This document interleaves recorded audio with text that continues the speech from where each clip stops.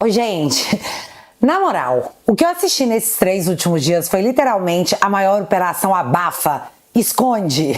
Vamos falar de outra coisa, por favor. A velha mídia em peso na criação da maior polêmica artificial, com direito a um discurso muito louco que chegou até minha filha, ao meu marido. E quando eles vieram me perguntar, eu entendi que a gente precisa esclarecer essa situação, porque o que eu tô vendo acontecer é inacreditável. E o pior é que a gente tá perdendo num assunto que sequer deveria ter discussão, porque a maioria da população já rechaçou isso há muito tempo. E enquanto todas as emissoras do país deram uma amplitude nessa polêmica artificial, recheada de mentiras e argumentos tirados das vozes da cabeça, e eu vou mostrar pra vocês porque esse tipo de coisa a gente tem que expor mesmo. O que rolou essa semana foi pra baixo do tapete, que é tudo tão grave, tão 2010, 2014 das ideias, que os rumores sobre impeachment criaram massa e corpo. E isso é ruim pra quem ganha muito dinheiro nesse desgoverno, né? Se ele cair, a boquinha cai também. Vou mostrar a cortina de fumaça insana que foi criada. Mas mais que isso, eu vou abrir essa cortina para todo mundo ver o que tá atrás. E tudo feito em uma semana. Bora lá?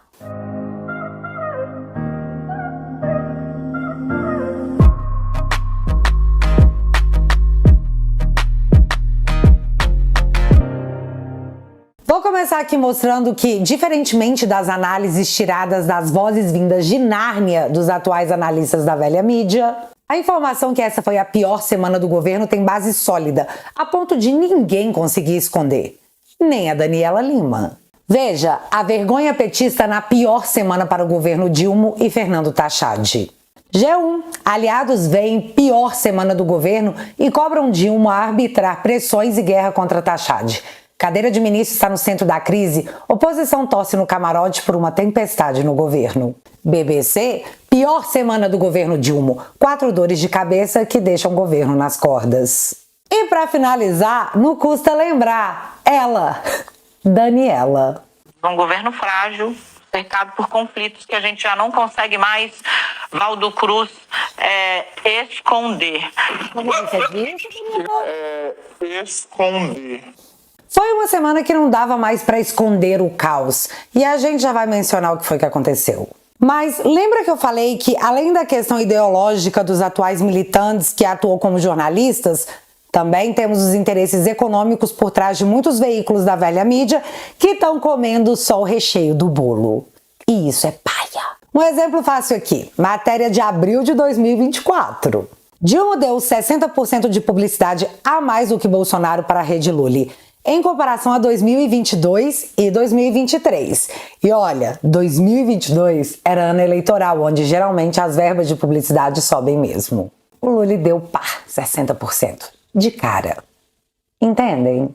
Mas beleza, uma semana muito dória pro desgoverno, sem ter como esconder, sem conseguirem esconder, porque ministro Juscelino, que o Dilma tanto defende, foi indiciado pela Polícia Federal e continua no cargo. O leilão do arroz foi anulado pela suspeita de fraude, a bolsa caiu, o dólar disparou e já tinha gente avisando ao Tachad que ele só não caía porque eles estavam com medo do substituto dele ser um mercadante. Meu Deus, olha onde a gente chegou! Escuta só o que estava sendo dito na Rede Lully na noite de quinta-feira, porque começou com a Catanhede elogiando o Dilma, já que ele coloca o Brasil num patamar alto quando a questão é ambiental.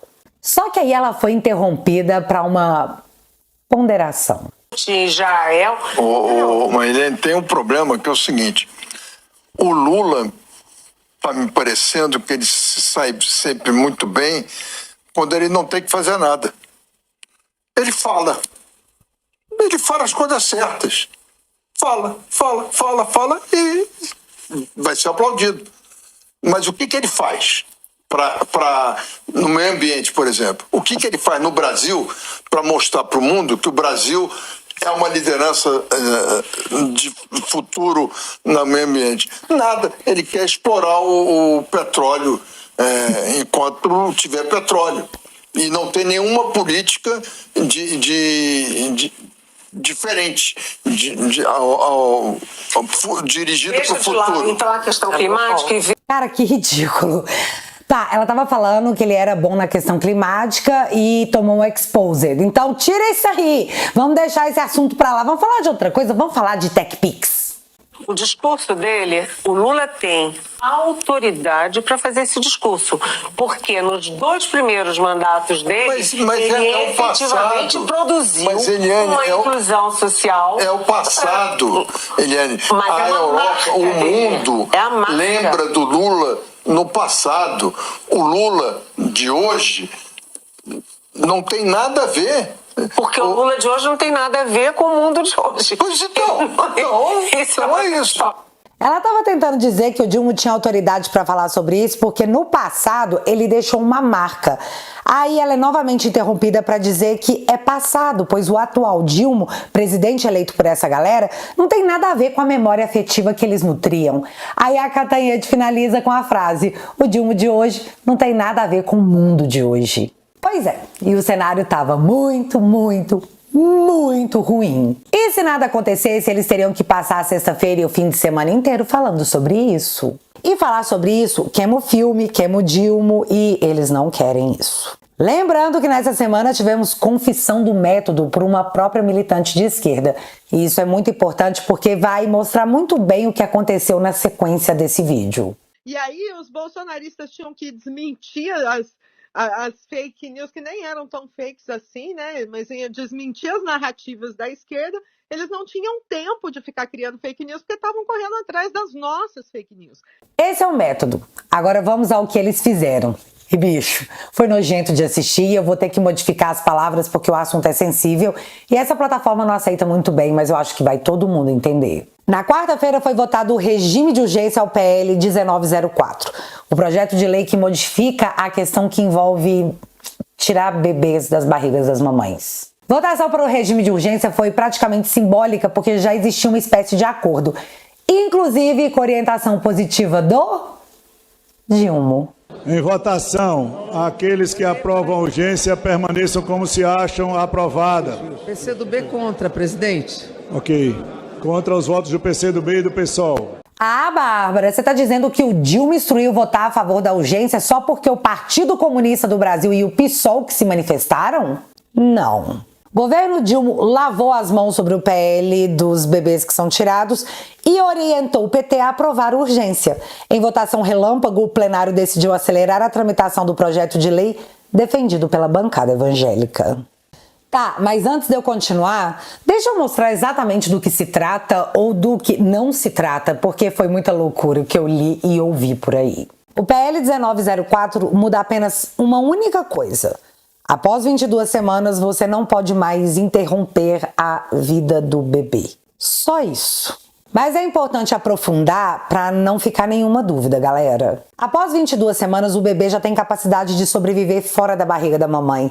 Ele é um ser viável à vida. E o Pacto de São José da Costa Rica, do qual o Brasil faz parte, diz que todos têm direito à vida. E aqui eu vou ser lógica e nem um pouco enviesada. Eu vou ser só lógica. Se você impede que uma pessoa viva possa ter a possibilidade de continuar viva, do que você acha que se trata? É disso que o projeto de lei trata. A partir da aprovação dessa lei, o fato em si será tratado como a lei já determina, como um crime. Apenas isso. Ah, Bárbara, mas isso significa que as crianças que foram vítimas daquele crime e a família só descobriu depois das 22 semanas não terão direito ao procedimento e terão que ser mamães? Porque todo mundo sabe, né? Criança não é mãe. E tem meu total apoio. Mas isso é só narrativa e fake news. Deixa eu desmontar isso pra vocês. Se a família da criança só percebeu a gestação em estágio avançado e quer retirar o bebê, ela pode. O nome será parto antecipado. O que não vai poder mais é acabar com a vida antes do parto acontecer. Nossa, Bárbara, mas vai fazer uma criança passar por um parto? Isso é muito traumático. Infelizmente, isso ninguém vai poder tirar dessa criança. Como a partir de 22 semanas o bebê já está grande, ele sairá através desse procedimento, seja com vida ou sem. Isso já aconteceria de qualquer forma. A pergunta é, se já vai acontecer, por que não dá a chance desse bebê sobreviver? Você tem que entender. A pergunta é essa. Ah, Bárbara, mas ela terá que cuidar da criança. Errado de novo. ela terá a opção de entrega voluntária da criança ainda dentro do hospital. Não quer a criança? A entrega é feita ao Estado e ela irá para adoção. Ah, mas a criança pode não ser adotada? E ouvir essa frase é interessante num país que, segundo pesquisa e estudo de 2023, tem uma criança para 8 famílias que estão em busca de adoção. E aqui eu deixo a minha opinião pessoal.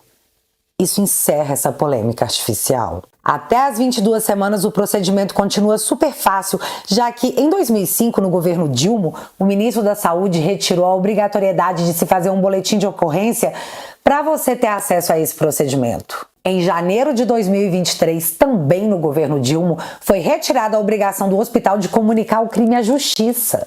Como a própria Secretaria de Saúde da Bahia expõe orgulhosa em seu perfil do Instagram, até as 22 semanas, mesmo que esse projeto seja aprovado, a sua palavra basta. O que é uma coisa que me deixa meio chateada, porque não comunicar esse tipo de crime tira a chance da justiça de encontrar a pessoa e puni-la por um crime tão pesado. Mas isso aí é uma outra história. Outra fake news que rolou adoidado é que a mulher teria uma pena maior que a do criminoso se ela fizer o procedimento após as 22 semanas. E isso é falso, como aponta a própria Janaína Pascoal quando ela foi até o Twitter criticar o projeto que cria o alívio onde hoje ele não existe. A Janaína aponta que não é à toa que até quinta-feira passada a esquerda estava calada, porque esse PL cria o perdão judicial para o ato, que hoje não existe. E para ser exata, o trecho da lei diz o seguinte, abre aspas, o juiz poderá mitigar a pena conforme exigirem as circunstâncias individuais de cada caso, ou poderá até mesmo deixar de aplicá-las, se as consequências da infração atingirem o próprio agente de forma tão grave que a sanção penal se torne desnecessária. Fecha aspas. Ou seja, mesmo se acontecer da vida do bebê ser interrompida, a vítima pode ter o perdão judicial, coisa que hoje, como eu disse, não existe. Ah, mas em caso de condenação, por mesmo assim a mulher ir lá e fazer, a pena dela vai ser maior que a do criminoso. Primeiro que eu acabei de demonstrar que isso é mentira, mas só para não deixar nenhuma dúvida, a oposição ao desgoverno protocolou um requerimento de urgência para o PL 4233, que vai aumentar a pena desses criminosos para 30 anos de chilindró, com direito ao benefício de condicional somente após a interrupção química, que era aquele projeto antigo do Bolsonaro. Vocês entendem, né?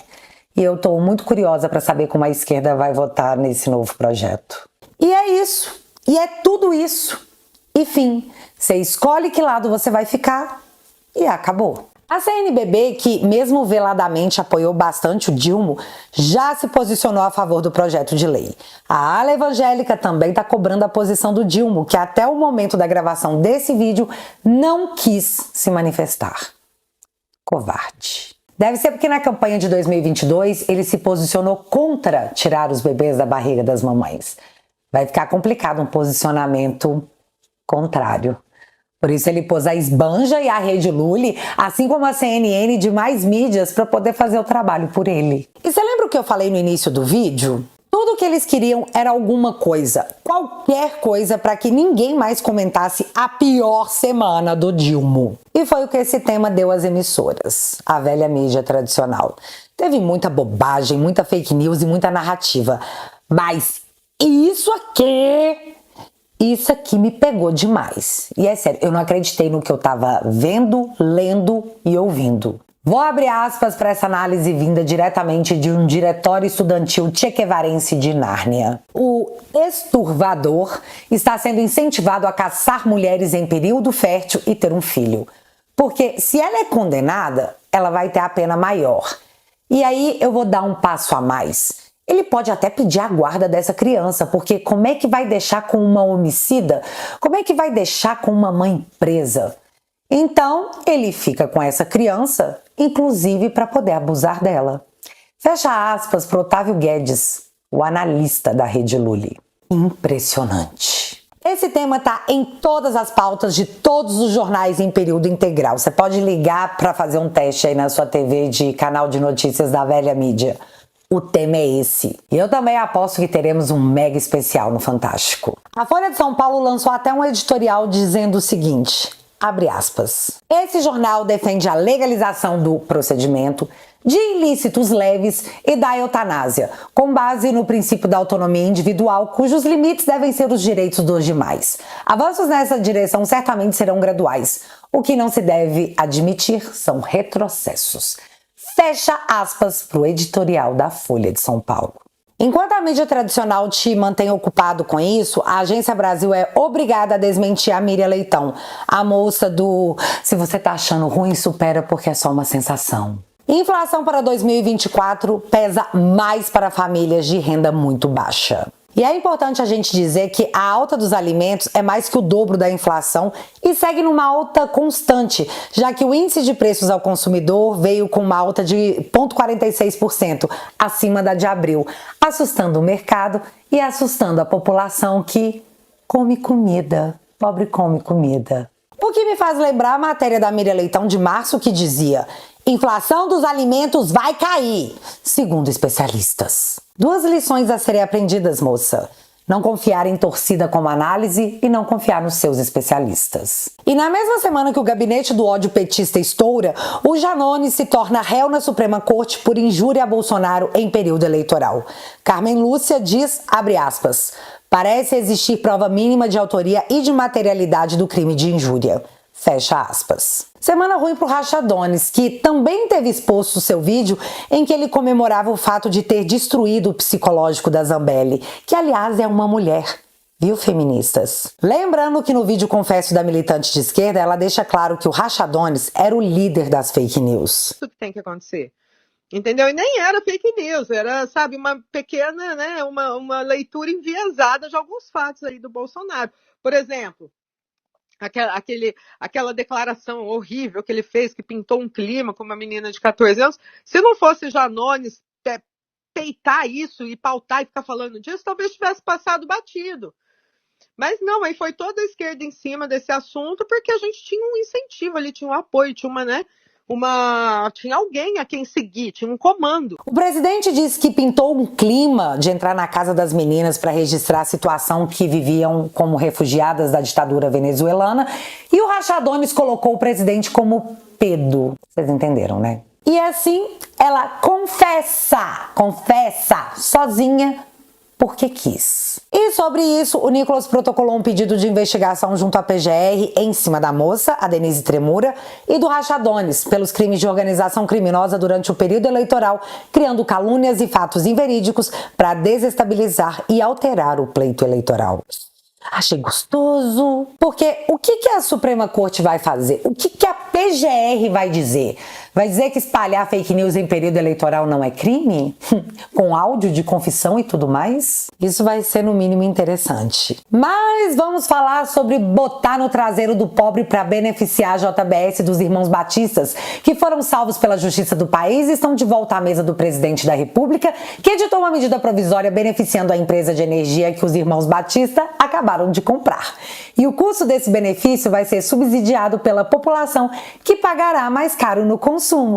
A desculpa foi maravilhosa. É para dar sustentabilidade para a distribuidora dos irmãos Joesley e Wesley lá na Amazônia. Mas é o governo dos pobres fazendo o pobre pagar a conta do bilionário. Aliás, o lucro dos bancos em 2023 bateu novo recorde e chegou a 144 bilhões. E o pobre aí pagando imposto na blusinha. Shh. Você tá ouvindo isso? Não? É porque a mídia tá calada. Deve ser para salvar a democracia. Ainda nessa semana, o mercado parou para se perguntar se o arcabouço fiscal, tido como uma vitória do Tachad, que serve para gastar mais caso você arrecade mais, vai parar de pé. Os caras que elegeram o Dilma estão perdendo a fé. E o André Esteves teve que dizer o óbvio. Mercado é a sociedade se expressando através dos preços. Está nos sinalizando que chegou um limite, o aumento da carga tributária. O brasileiro não aguenta mais elevação de imposto. Simplesmente não dá. Chegou ao limite. E essa fala veio bem no dia que o mercado soltou a mão do Tachad pela irresponsabilidade fiscal, onde eles contam com o aumento de arrecadação através de novos impostos e seguem gastando 71 mil na diária do hotel do Dilma e da Esbanja lá em Genebra. E enquanto a gente discute a diária caríssima do Dilma e os 70 mil gastos em tapete para Alvorada, um hospital usava uma embalagem de bolo como máscara de oxigênio num bebê de 3 meses. Então o mercado botou o pé no peito do Tachad, que agora tem o seguinte discurso. Tachad fala em revisão ampla, geral e irrestrita nos gastos do governo. Ou seja, vai começar a cortar gastos. A questão é, onde que ele vai cortar? Os caras ensaiaram anunciar de forma especulativa desvincular a previdência do salário mínimo, ou seja, tentar pagar menos para o aposentado. Só que aí o pau torou em cima e ontem a Tebet disse que, isso não vai acontecer. Confia. Mas a crise em cima do Tachad foi tão pesada que levou o Congresso a devolver a medida provisória entregue pelo Dilma. E o peso é tão grande que na rede Lully se falava isso aqui. Não é um equívoco, é uma avacalhação. Como assim mudar regras tributárias com medida provisória de validade imediata? Nenhum país sério faz isso. O Lula foi eleito prometendo estabilidade e previsibilidade econômica. Não há previsibilidade nenhuma. É a baderna jurídica. Hoje vale uma regra. Amanhã, pela canetada do presidente, vale outra regra tributária. Coisa de república bananeira. Não. A discussão sobre subsídios ao empresariado é uma discussão muito importante aqui no Brasil. Tem uma quantidade imensa de subsídios, mas medida provisória de validade imediata que muda a situação tributária. O Haddad está brincando com esse negócio. É gozação. É só isso. Um belo de um esculacho. E quando o Dilma foi perguntado sobre como fazer para acalmar a pressão em cima do Tachad, ministro da Economia, ele respondeu isso aqui. Mas para acalmar o Brasil em relação ao Haddad, a posição, essa pressão toda? Não tem nada para Haddad. O Haddad é um extraordinário ministro da Defesa, não sei qual é a pressão contra o Haddad. Igual o Biden, né? Olha, incrível, ministro da Defesa, o Tachad. Só na quarta-feira, os estrangeiros tiraram 3 bilhões de dólares da Bolsa Brasileira. E o acumulado negativo de retirada estrangeira no Brasil só em 2024 já passa dos 40 bilhões. E no meio desse desespero do Tachad para se mostrar responsável com dinheiro público, a Folha nos conta que o governo alterou dados da Previdência para reduzir a projeção de despesas em 12 bilhões e que essa alteração permitiu o desbloqueio de verbas contingenciadas para pagamento de emenda parlamentar. O deputado Sanderson já anunciou que está acionando o Tribunal de Contas da União porque, se confirmado, é crime para Carvalho, viu? A Dilma fez algo parecido e a gente sabe no que deu. Sobre mais esse suposto possível crime, a mídia disse nada. Não disse nada, estão falando até agora do projeto dos bebês, em tempo integral.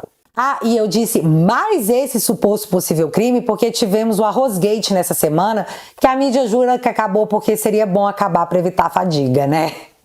Mas secretário Neri Geller, demitido na história do Arrozgate, diz que foi pressionado pelo governo para comprar o arroz e é um bode expiatório. Pressionado pelo governo.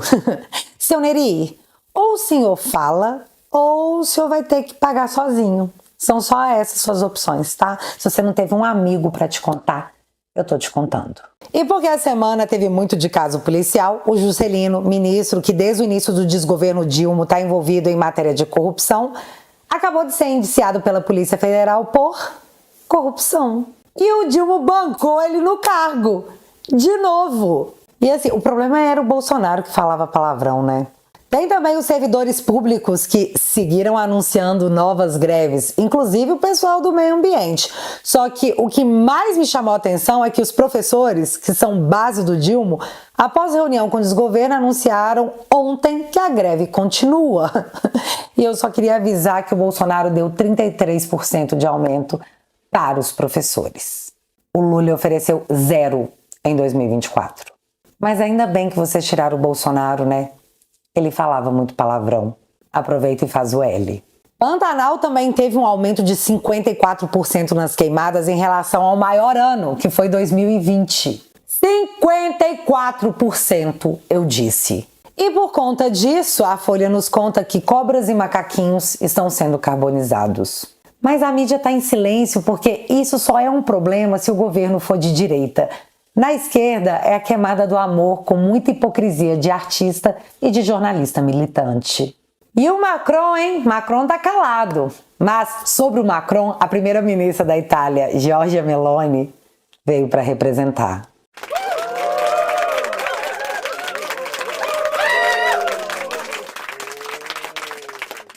Ai, ela é nossa Bolsonara, sem defeitos. Para encerrar esse vídeo, eu deixo as palavras do desembargador William Douglas sobre ativismo judicial e censura.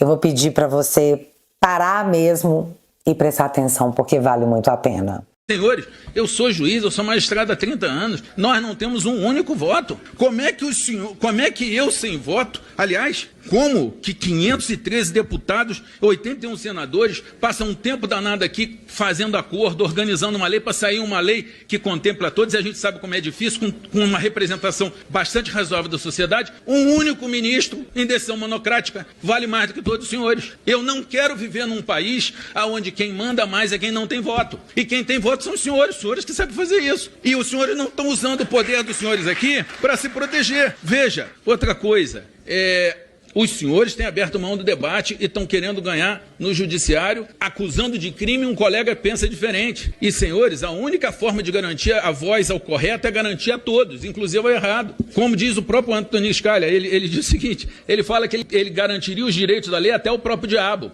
porque o dia que o diabo não tivesse direito, ele também não vai ter. Então, se não for pela democracia, nem pela Constituição ou qualquer outra coisa mais honrosa, que seja por egoísmo, que seja por autoproteção. Proibir alguém de falar para evitar mentira também acaba evitando a verdade. A fala do parlamentar não precisa ser correta para ser protegida. Basta ser a voz de alguém que colocou ele ali. Então, acho que tem faltado confiança no debate e essa compreensão de que quando, do jeito que está montada a coisa, os senhores estão perdendo a capacidade de representar. Senhores, da onde que está na Constituição que vocês não podem estar no YouTube? Os senhores têm que estar do lado do povo, os senhores têm que se comunicar com o povo. Tudo bem, tem povo que acompanha aqui, TV Senado, TV STF, TV isso, TV aquilo, eles têm acesso, mas é óbvio que o povo brasileiro, ele usa o Instagram, é o Twitter, é o YouTube. Como é que se pode querer que um parlamentar não possa falar no YouTube? Isto aqui é um absurdo. Isso aqui tira direito de vocês, isso aqui foi usado para prender vocês. Então, eu concordo com a Dora, eu não gosto de um rol, mas talvez o rol proteja, porque do jeito que está hoje, olha só, a Constituição fala que os senhores são invioláveis pelas opiniões. O senhor não tem opinião só aqui dentro. Vossa Excelência tem opinião lá fora também. E lá fora, como é que pode você dar a sua opinião e o seu eleitor quer que você dê opinião? Se Vossa Excelência não der a opinião, o seu eleitor fica chateado, se sente traído. Então, como que pode o judiciário, sem um único voto, sem a legitimidade do voto popular, calar os senhores, calar o povo que os senhores representam, dizendo o seguinte, você só pode falar aqui dentro do parquinho. Isso é guetização da democracia. Isso é guetização da democracia. Então, toda a jurisprudência que diz que os senhores têm mais liberdade dentro do parlamento é uma falácia, é uma enganação, é uma redução daquilo que está na Constituição. Não me importa se a Constituição é boa ou ruim, é a Constituição. Quem não quer isso, que mude a Constituição. Mas até lá, desculpe, eu já estou concluindo, desculpe a morosidade. Eu tenho profundo respeito pelos senhores, eu realmente gostaria que os senhores pudessem ter a liberdade, a mais absoluta, ainda que o custo seja algumas besteiras, algumas coisas ruins, mas que os senhores têm que ter a liberdade de falar pelos eleitores dos senhores. Sem isso, com o juiz calando a boca de vocês, o que é absolutamente errado, não existe democracia nesse país. Só isso que eu queria falar por enquanto. E após esse vídeo que diz o que eu não posso dizer, porque democracia é para Carvalho, eu venho te convidar a mais que patrocinar, financiar o meu trabalho através da Família Te Atualizei, que com 10 bonoros por mês você vira meu sócio na busca pela cultura, que é nossa, e a gente vai lá pegar ela. Você financia o meu trabalho e em troca eu te ofereço um conteúdo exclusivo. E no Dia dos Namorados tem desconto de 2 meses na assinatura anual. Já no plano Pra Sempre, você leva como presente de agradecimento essa caneca exclusiva, porque saudades do nosso ex? Sim, temos. Muita. Então, se você quiser e puder, eu tô deixando o link fixado aqui no primeiro comentário e desde já muito, muito, Muito obrigada. Mas agora eu quero saber de vocês. Esse PL aí que deu mega repercussão, passa? Você é contra ou a favor? Me conta aqui nos comentários que eu quero saber. Se você ainda não é inscrito aqui no meu canal, meu amigo, se inscreve e deixa seu like. Porque você já sabe, acontecendo alguma coisa de relevante ou irrelevante, a gente volta. Beijos, galera. Fui!